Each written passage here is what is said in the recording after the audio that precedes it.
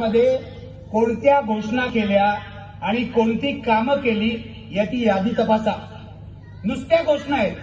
शेतकऱ्यांना हे देऊ, काही ठिकाणचे पोलीस भाजपशी हातमिळवणी करून पाठिंबा देत आहेत म्हणून हे सगळं होतं. मला तुम्हाला विचारायचं आहे, फार वेळ मी बोलणार नाही कारण 9:27 झालेली आहे.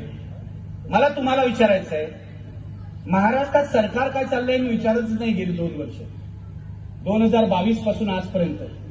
कारण सरकार चाललेलंच नाहीये. सगळ्या खोक्यांचा स्टॉक आहे, खोक्यांचा. कळलं का? माझी खोकी किती, तुझी खोकी किती, हीच गणती चालली आहे. फक्त वातावरण खराब करण्यासाठी सोडलंय असं मी मानतो. आणि तुम्हाला सांगतो, हे जे लोक आहेत नितेश राणेंसारखे आणि एक तेलंगणातून आमदार येतो टी राजा सिंग, लक्षात आहे ना त्याचं नाव, या दोघांना महाराष्ट्रामध्ये जातीय दंगली घडवण्यासाठी सरकारतर्फे फिरवलं जात आहे असा माझा आरोप आहे. अरे असल्या लफडेबाज लोकांना, मारामारी करणाऱ्या गुंडांना तुम्ही का मतं देऊन स्वतःचा अपमान करून घेता? माझा प्रश्न हा आहे तुम्हाला. आम्ही पेपरमधून लिहितो, आम्ही युट्यूबवर बोलतो, आम्ही टीव्हीवर असताना टीव्हीवर बोलत होतो या आमदारांविरुद्ध. तुम्हाला सांगतो, महाराष्ट्रामध्ये महाराष्ट्राची वाट लावली आहे लोकांनी. मगाशी मी माफिया राष्ट्र म्हटलं, हेच खरं आहे. रोज एक माणूस उठतो, ते नारायण राणे म्हणून नेते आहेत महाराष्ट्रात, तुम्हाला माहिती आहे ना, विसरला नाही त्याने दिल्लीत गेले म्हणून. तर ते बरे असं म्हणायची पाळी आली असे त्यांचे असतील तरी पराभूत करा. महाराष्ट्रामध्ये सुशिक्षित माणसं खूप आहेत. या व्यासपीठावरच 10-12 आमदार निघतील. थोडा प्रश्न काढला तेव्हा निलमताई म्हणाल्या, वायरिंगमुळे सीसीटीव्ही बंद होते, आणि त्या स्वतःच असल्या. आपल्याला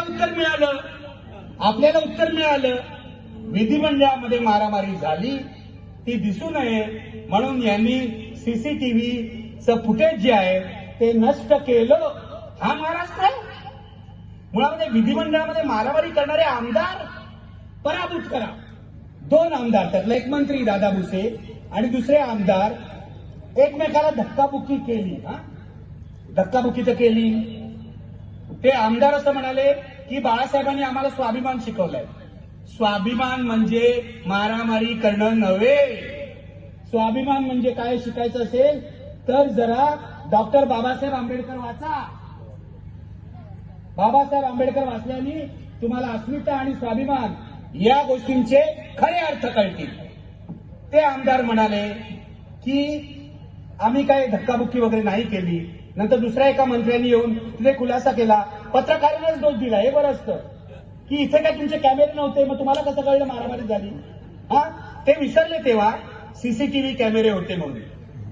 तर आता गंमत बघा, विधान परिषदेमध्ये नीलम गोरे आहे, तिथे सगळीकडे जमिनीचे व्यवहार महाराष्ट्राचा माफिया राष्ट्र करून टाकलेला आहे सर्वांनी. मला तगमग होते माझं मन जळतं. हा बुद्धिमत्तांचा महाराष्ट्र होता, तो मवालांचा महाराष्ट्र कधी झाला? आणि हाच पॅटर्न प्रत्येक जिल्ह्यात आहे, लक्षात घ्या. जमिनी लुबाडा, त्या पैशातून सगळं राजकारण करा, बेकार तरुणांच्या टोळ्या पोसा आणि त्या तरुणांना रोजगार मिळेल असं काही बघू नका, विधायक काम करू नका आणि मग निवडणूक ताब्यात घ्या. हा महाराष्ट्र झालेला आहे. मला तुम्हाला विचारायचं आहे, शांत बसू नका, मला उत्तर द्या. अशा मवाल्यांच्या महाराष्ट्राची तुम्हाला लाज वाटते की नाही? लाज वाटते ना? मग त्यांना मत देऊ नका. आता मी हे सगळं सांगितल्यावर परवा जी मारामारी झाली विधिमंडळाच्या लॉबीमध्ये, इकडचे आमदार आहे बरोबर ना, संग्राम जगतापच ना, आता मला माहित नाही पोलिसांनी लक्षात घ्यावं, गणपत गायकवाडला गुंड म्हटलं म्हणून तो मला गोळी मारतो की नाही, पण तो आपल्या मित्र पक्षाच्याच लोकांना मारतो, त्यामुळे मला काय काळजी करायची गरज नाही. असू द्या. तर तिथे अशी भाषणं झाली की विठ्ठल चव्हाण किती महान नेते होते विधानसभेमध्ये. जे विधानसभेचं सभागृह आपण पवित्र मानतो तिथे अशी भाषणं केली म्हटल्यावर मला पत्रकार म्हणून मानसिक धक्का बसला. मी एक लेख लिहिला की उद्या एखादा विद्यार्थी, पॉलिटिकल सायन्सचा विद्यार्थी जर परळ पोलीस स्टेशनला गेला तर विठ्ठल चव्हाण यांचा क्रिमिनल रेकॉर्ड त्याला मिळेल. पण तो विधानसभेचं दप्तर तपासू लागला तर विठ्ठल चव्हाण किती महान नेते होते हा रेकॉर्ड त्याला मिळेल. त्याने करायचं काय? महाराष्ट्र विधानसभेचे लोक माझ्यावर चिडले, हक्कभंग केला. त्या काळात ही परिस्थिती होती की आमदारांना सुद्धा चीड यायची, हक्कभंग करायचे. कदाचित बहुसंख्य आमदार गुंड पार्श्वभूमीची नसतील, काळ वेगळा होता, 90, 95, आता 22 वर्ष गेलेली आहे. हक्कभंग केला, मला आर्थर रोड तुरुंगामध्ये पाठवलं. तिथे मला आणखीन काही क्रिमिनल्स भेटले. एका वेळेला पाठवलं, तिथे बॉम्बस्फोटातले क्रिमिनल भेटले. त्यांनी माझ्या ज्ञानामध्ये भर घातली. बघा, कुठच्याही पुस्तकापेक्षा हे ज्ञान मोठं असतं. त्यांनी माझ्या ज्ञानामध्ये भर टाकली की हे जे सगळे बॉम्बस्फोटातली कारवाई झाली आहे किंवा गुन्हेगारी कारवाया होतात, या फक्त आम्ही करतो असं नाही, त्याच्यामध्ये कस्टम ऑफिसरही सामील होते आणि त्याच्यामध्ये राजकारणी सामील होते. त्यांना राजकीय वर्गस्त होता. दाऊद इब्राहिमला या राज्यातल्या राजकारण्यांचा वर्गस्त नसता तर तो एवढा मोठा झाला नसता, हे लक्षात घ्या. हे सत्य सांगतो मी तुम्हाला. माझा तुम्हाला सवाल आहे की जेव्हा दाऊद सारख्या माणसांना किंवा अगदी अलीकडे गणपत गायकवाड सारख्या माणसांना तुम्ही मतं देता तेव्हा तुमची जबाबदारी काहीच नाही. तुम्हाला आवडणार नाही माझा प्रश्न, पण मला जनतेला विचारायचं आहे, जेव्हा आपण गुंडाला मत देतो तेव्हा आपण बाबासाहेब आंबेडकरांनी सांगितलेलं आपलं पवित्र कर्तव्य बजावत नाही, हे लक्षात. म्हणून गणपत गायकवाड सारख्या गुंड लोकप्रतिनिधींची हिंमत वाढते आणि ते पोलिसांना आव्हान देतात आणि पोलीस स्टेशनमध्येच गोळीबार करतात. आता गणपत गायकवाड तुरुंगात आहे, पण काही महिन्यांनी तो पुन्हा जामिनावर बाहेर येईल. जामिनावर बाहेर आला की त्याचे उद्योग सुरू होतील आणि उद्योग सुरू झाले की पुन्हा तो निवडणुकीला उभे राहील. मला तुम्हाला विचारायचं आहे, कारण हा उल्हासनगर मतदारसंघ आहे, इथेच हे झालेलं आहे की उद्या जर गणपत गायकवाड निवडणुकीला उभा राहिला तर तुम्ही त्याला मत देणार आहात की नाही? जोरात. आणि उल्हासनगर मधल्या प्रत्येक मतदाराला हे जाऊन सांगा की गुंडाला मत देऊ नका. हे खूप ठिकाणी सांगण्याची वेळ येईल. मला तुम्हाला विचारायचं आहे, हा कोण आहे गणपत गायकवाड? मला तुम्हाला बेसिक प्रश्न विचारायचा आहे, मूलभूत प्रश्न. तुम्ही बाबासाहेबांना मानत असाल तर गणपत गायकवाड नावाचा गुंड या मतदारसंघातून निवडून जाता कामा नये. हे मी स्पष्टपणे सांगतोय. महाराष्ट्राची बदनामी करायला हे गुंड जबाबदार आहे. पोलीस स्टेशनमध्ये गोळीबार करतात आणि कुणावर गोळीबार करतात? म्हणजे विरोधी पक्षावरही करू नये असं माझं मत आहे. कोणीच गोळीबार करू नये, कोणीच हिंसा करू नये, पण हे स्वतःच्याच मित्र पक्षाच्या नेत्यावर गोळीबार करतात. अरे वा, का अशा लोकांना आपण निवडून देतो? या गणपत गायकवाडची माझी ओळख जुनी आहे, किरणला माहिती आहे, खूप जुनी ओळख आहे. 2009 साली हा इथला एक केबल ऑपरेटर होता, बरोबर आहे ना? बरोबर आहे की नाही? केबल ऑपरेटर होता. आता केबल ऑपरेटरकडे पैसे कुठून येतात, त्यांच्याकडे एवढी माया कशी जमते, याची खरं तर सीबीआय चौकशी करायला पाहिजे. सगळ्या मुंबईतल्या केबल ऑपरेटरची. कारण तिथला तर प्रकाश सुर्वे नावाचा आमदार आहे, जो पहिल्यांदा राष्ट्रवादीमध्ये होता, बरोबर आहे ना? तो आता शिंदे गटामध्ये आहे. त्याच्याकडे पण अशी गडगंज संपत्ती आहे. मी तुम्हाला सांगतो, 2009 साली हा महान गणपत गायकवाड निवडणुकीला उभा राहिला पहिल्यांदा अपक्ष म्हणून. तेव्हा तो कोणत्या पक्षात नव्हता आणि त्यांनी आमचा आयबीएन लोकमत चॅनलच बंद करून टाकलं. मी म्हटलं, का बंद केलं आपलं चॅनल? डिस्ट्रीब्युशनवाले माझ्याकडे आले, अहो सर आपलं चॅनल बंद केलं. तर किरण सोनावणेंनी गणपत गायकवाडचा गुन्हेगारी इतिहास काय ही बातमी दिली होती. आता किरणनी काय चूक केली? खरं बोलायची सवय आहे त्याला. अजून फार थोडे पत्रकार आहेत जे चांगलं काम करतात, त्यापैकी किरण आहे. त्यामुळे त्याला खरं बोलायची सवय आहे. तो म्हणाला गणपत गायकवाड नावाचा उमेदवार या मतदारसंघामध्ये उभा आहे आणि त्याची अशी अशी गुन्हेगारी पार्श्वभूमी आहे. आता ही गोष्ट वेगळी की महाराष्ट्रात गणपत गायकवाडच्या आवृत्त्या असंख्य आहेत. खूप आहेत. म्हणजे 288 मतदारसंघातले अर्ध्याहून जास्त आमदार हे अशा प्रकारे गुन्हेगारी प्रवृत्तीचे असतील, हे मी इथे छातीठोकपणे सांगतोय, छातीठोकपणे सांगतोय. पूर्वी एकदा तुम्हाला सांगतोय, सेनेचे आमदार होते विठ्ठल चव्हाण, यांचा गँगवॉर मध्ये खून झाला, बरोबर आहे. विधानसभेमध्ये भाषणं झाली विधानसभेमध्ये. आता आपल्याकडे काय आहे, कोणीही माणूस वारला म्हणजे मृत्युमुखी पडला किंवा वारला नैसर्गिक, हा देश डॉक्टर बाबासाहेब आंबेडकरांचा असेल किंवा अण्णाभाऊ साठे आणि असंख्य संतांचा असेल, तर हा देश हेडगेवार आणि गोळवळकरांचा असू शकत नाही. आणि हे आपल्याला आता तारस्वरात आणि दणक्यात सांगायची गरज आहे. घरी बसून नाही, एकटा निखिल वागळे बोलणार नाही, एकटे किरण सोनावणे बोलणार नाही, एकटे श्यामदादा बोलणार नाही. हे आपल्या सर्वांनी, माझी अशी इच्छा आहे, तुमच्यापैकी प्रत्येक जण, आज जी काही इथे 2-3 हजार माणसं असतील, त्याच्यापैकी प्रत्येक जणाने निर्भय बनवचा आवाज बंद पाहिजे.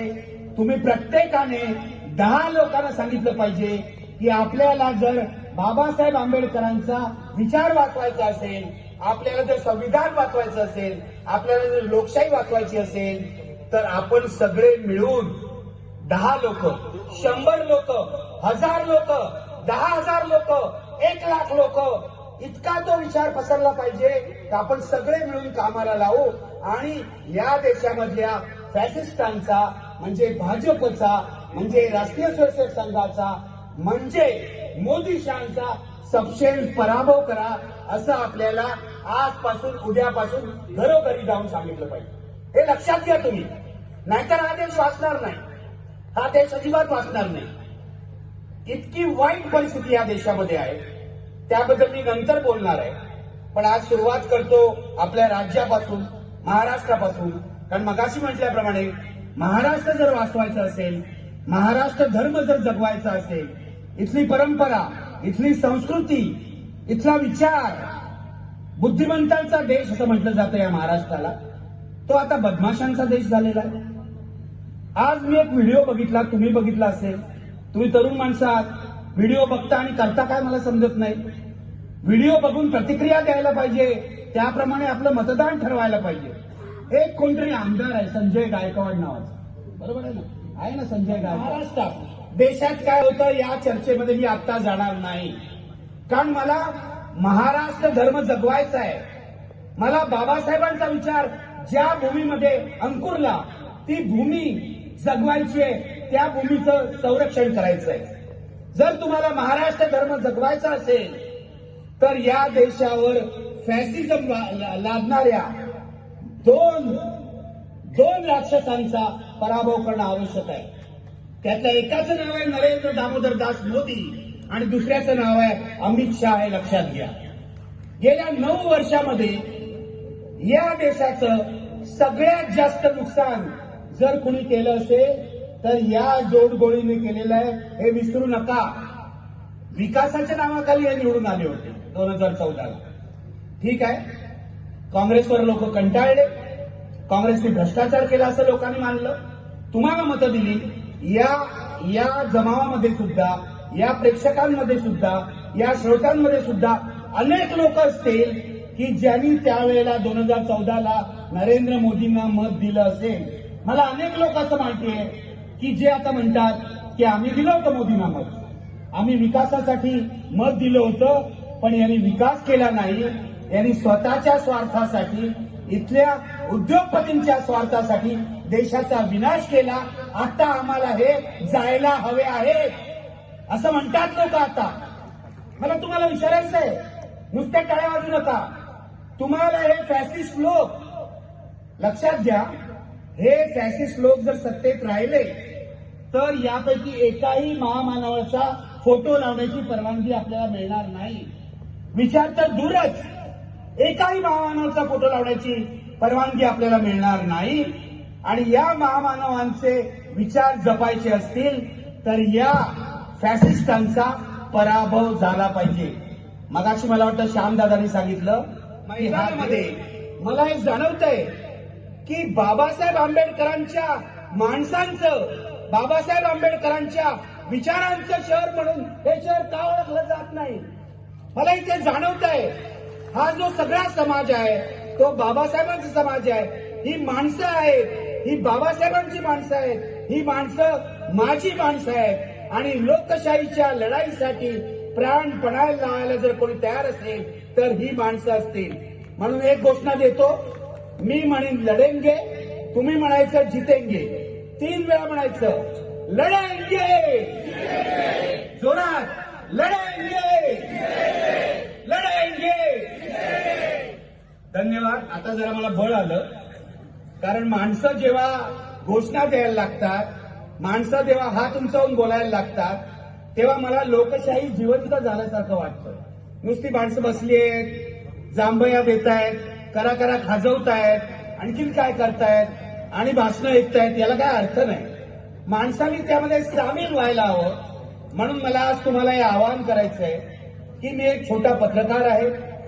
मी या निर्भय बनूच्या लढाईमध्ये का उतरलो हे मगाशी मी तुम्हाला सांगितलं. मला लोक विचारतात तुमचं म्हणणं काय आहे. माझं म्हणणं एकच आहे, मी या निर्भय बनूच्या लढाईमध्ये उतरलो कारण यावेळची निवडणूक ही सर्वसामान्य निवडणूक नाही हे लक्षात घ्या. ही भारतीय जनता पक्ष विरुद्ध काँग्रेस किंवा भाजप विरुद्ध राष्ट्रवादी काँग्रेस, भाजप विरुद्ध उद्धव ठाकरेंची शिवसेना किंवा भाजप विरुद्ध वंचित ही लढाई नाही. ही लढाई हिटलर मुसोलिनीचा फॅसिझम विरुद्ध लोकशाही अशी लढाई आहे. म्हणून इथे मी उतरलेलो आहे, लक्षात घ्या. ही साधी लढाई नाही. तुम्हाला काय वाटतं, मी उद्धव ठाकरेंच्या बाजूने या लढाईत उतरलोय? मी शरद पवारांच्या बाजूने उतरलोय? मी वंचितच्या बाजूने उतरलोय की मी आणखीन कुणाच्या बाजूने उतरलोय? मी यातल्या प्रत्येक पक्षावर टीका केलेली आहे पत्रकार म्हणून आणि पुढेही करत राहीन हे लक्षात घ्या. पण आज या सगळ्या माणसांच्या वतीने मी इथे नागरिक म्हणून बोलतो आहे. याचं कारण आजच्या ऐतिहासिक क्षणी फॅसिझमचा पराभव होणं आवश्यक आहे आणि लोकशाहीचा विजय होणं आवश्यक आहे, लक्षात घ्या. उद्या समजा तुमच्या कृपेने, तुमच्या मतांनी जर भाजप पराभूत झाला आणि मी भाजपच्या बाकीच्या 2 चाकांची नावही घेत नाही, हे लक्षात घ्या. 3 चाकांचं सरकार आहे महाराष्ट्रामध्ये. मी 2 चाकांची नावही घेत नाही कारण या चाकांचा उपयोग संपला की ती अडगळीत टाकली जाणार आहे, हे इतिहासावरून तुम्हाला सांगतो. नावही घेत नाही मी. पण भाजप नावाचा जो फॅसिस्ट पक्ष आहे, ज्या संविधानाने आपल्याला लोकशाही दिली, ती लोकशाही वाचवण्याची अंतिम वेळ आता आलेली आहे आणि ती लोकशाही वाचवण्याचा नारा देण्यासाठी मी महाराष्ट्रात पायाला भिंगरी लावून फिरतोय. माझं तुम्हाला आव्हान आहे, ही शेवटची वेळ आहे. ही शेवटची वेळ आहे. 2 निवडणुका 2014 आणि 2019 आपण एका लोकनियुक्त हुकुमशहाला सहन केलेला आहे. लोकनियुक्त हुकुमशहा मी म्हणतोय. जसा रशियामध्ये पुतीन आहे, जसा तुर्कस्तानमध्ये एर्डोगन आहे, अशा हुकुमशहाला आपण या देशात सुद्धा सहन केलेला आहे आणि त्या हुकुमशहाचं नाव आहे मोदी आणि त्यांना मदत करणाऱ्या त्याच्या सहकार्याचं नाव आहे अमित शहा. जर तुम्हाला वाटत असेल, इतिहास उघडून बघा. मगाशी यांनी सांगितलं हिटलर जेव्हा 3ऱ्यांदा निवडून आला तेव्हा तो अधिक क्रूर बनला. माझं असं म्हणणं आहे, केवळ हिटलर नाही, पुतीन जेव्हा 3ऱ्यांदा निवडून आला तेव्हाही तो अधिक क्रूर बनला. एर्डोगन जेव्हा 3ऱ्यांदा निवडून आला तेव्हाही तो अधिक क्रूर बनला. आणि जगाचा इतिहास हे सांगतो, जेव्हा जेव्हा हुकुमशहा पुन्हा पुन्हा निवडून येतो आणि लोकशाही मार्गाने निवडून येतो तेव्हा तेव्हा तो हाताबाहेर जातो, अधिक क्रूर होतो, जनतेवर अत्याचार सुरू करतो. या अत्याचाराला रोखण्यासाठी जर तुम्ही सिद्ध असाल तर या लढाईचं रणशिंग फुंकण्यासाठी मी इथे आलेलो आहे आणि तुम्हाला हात द्यायला आलेलो आहे. सगळे आपण मिळून, सगळे आपण